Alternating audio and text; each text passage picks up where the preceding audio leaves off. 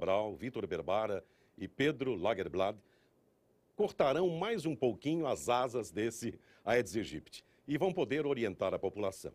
No Brasil, tudo é problema, né? Nós sabemos que problema é sinal de oportunidade. Nós podemos ainda ter a oportunidade de fazer as pessoas tomarem o máximo de cuidado, que eu vejo assim, é leptospirose, é tifo, é febre amarela, é dengue. Qual é a diferença, assim, negativa do Rio para outros estados em relação à dengue, professores? Por favor, doutor Berbara. Na verdade, o Rio de Janeiro tem todas as condições propícias para o desenvolvimento do mosquito Aedes aegypti, que é o vetor da dengue. É uma cidade com alta concentração demográfica, com seus problemas sociais e urbanos que facilitam essa proliferação. Então, não há a grande diferença é essa, ainda mais a questão climática.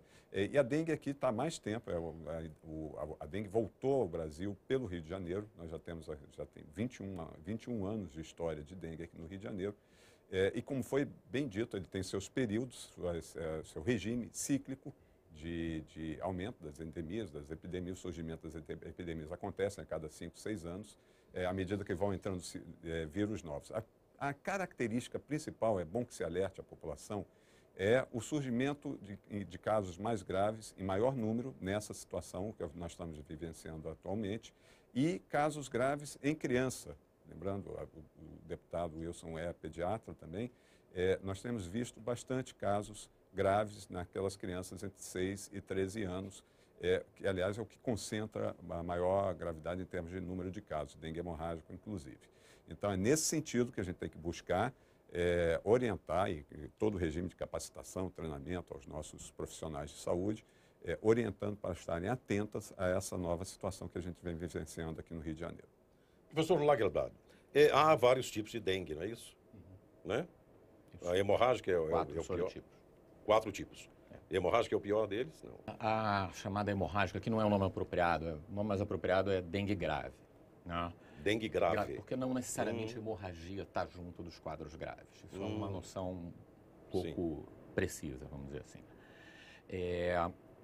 A dengue grave é a mesma doença que as outras. Quando a gente fala que tem 4 tipos diferentes, a gente tem 4 tipos de vírus, como se fossem primos, vamos dizer assim. Que coisa, hein? Ou seja, o material genético deles é um pouco diferente um do outro, em 4 tipos. Existem 3 circulando no Brasil e um 4º que não entrou ainda no país.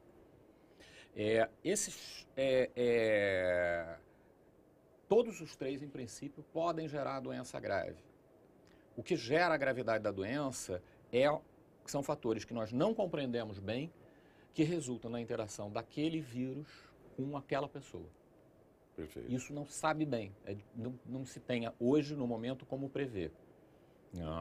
Então, você acompanha alguns sinais clínicos indicadores de gravidade, né? São baixas de plaquetas, manchas na pele, dores grandes, quer dizer, determinados quadros, o sujeito deve procurar o profissional de saúde sem vacilar e, em princípio, o protocolo que tem sido adotado é de manter sob observação, porque não tem um examezinho que se faça que diga com certeza para o próprio médico hoje se esse sujeito vai evoluir para uma dengue grave ou não, se ele vai entrar num quadro. Pode haver até engano, né, no diagnóstico, né, doutor? Perfeita a sua pergunta. Entendo que é absolutamente importante que se faça o diagnóstico de dengue. Porque existem outras viroses que têm quadros semelhantes, né? E aí, no início do quadro de dengue, dores no corpo, febre, dor retroorbitária, dor nos olhos, né? Uma certa hiperemia de conjuntiva, né? Os olhos mais avermelhados e algumas lesões de pele, que a gente chama de exantema, né? Que pode dar algum prurido, e que muitas vezes se confundem com outras viroses. Para o sucesso, seja do tratamento dessa doença e para que se evite a disseminação da doença, é importante que se faça o diagnóstico. Então, o cidadão, aquele indivíduo que tem sintomas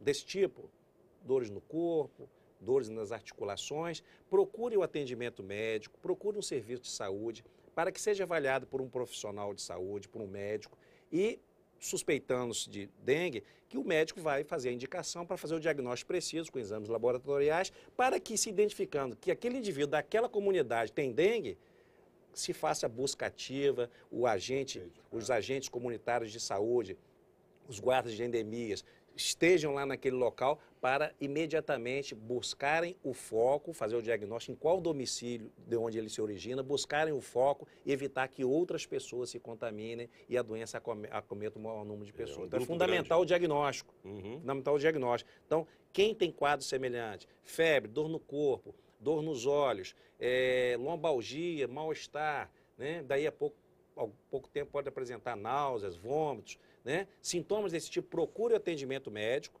para se fazer o diagnóstico preciso, para se evitar que seus familiares, seus vizinhos, seus amigos e a nossa comunidade do estado do Rio de Janeiro e do país, claro, não tenha o dissabor de enfrentar uma epidemia de dengue. Doutor Berbara, suas considerações finais, por favor. Eu acho que já, como bem disse o deputado Wilson, nós temos que estar sempre atentos ao surgimento de casos. É importante que se diga que a gente deve agir como profissional de saúde na suspeita do caso. A gente não deve esperar a confirmação laboratorial, por exemplo, para tomar atitudes do tipo. Orientar a pessoa, o doente, sobre os sinais de alerta da doença, e notificar, a importantíssima notificação, como foi muito bem dito pelo deputado, porque é a partir da notificação que o sistema de saúde vai procurar bloquear, impedir que outros casos surjam. Se nós temos conhecimento de um surto, por exemplo, em determinada localidade, que já atingiu as proporções de um surto, muitas vezes a gente já não tem mais o que fazer. De modo que é importante que essa notificação seja feita a partir da suspeita do caso, não esperar a confirmação do caso. Nós temos trabalhado muito no sentido de diminuir essa subnotificação. E lembrar também os profissionais de saúde, a população em geral, que também existem outras afecções, outros agravos comuns na nossa cidade, principalmente no verão, em épocas de chuva e épocas de enchente, que até confundem no seu diagnóstico em relação à dengue. Eu falo, por exemplo, da leptospirose ou de doenças mais benignas, como a gripe, que muitas vezes também confundem no seu diagnóstico. Então, população e profissionais de saúde têm que estar alertas no sentido de se estar desenvolvendo o diagnóstico precoce e as ações também precocemente de bloqueio. Professor Pedro, por favor, suas considerações. Eu acho que o ponto importante nós estamos numa epidemia, ela é uma situação grave no estado, no município do Rio de Janeiro. Ela tem que ser trabalhada globalmente, tem que haver uma conscientização da população. E eu acho que são ações integradas de controle são a palavra-chave, né? Eu acho que isso é que precisa ser mais trabalhado, para que a gente, inclusive, consiga fazer a prevenção e a preparação no controle disso.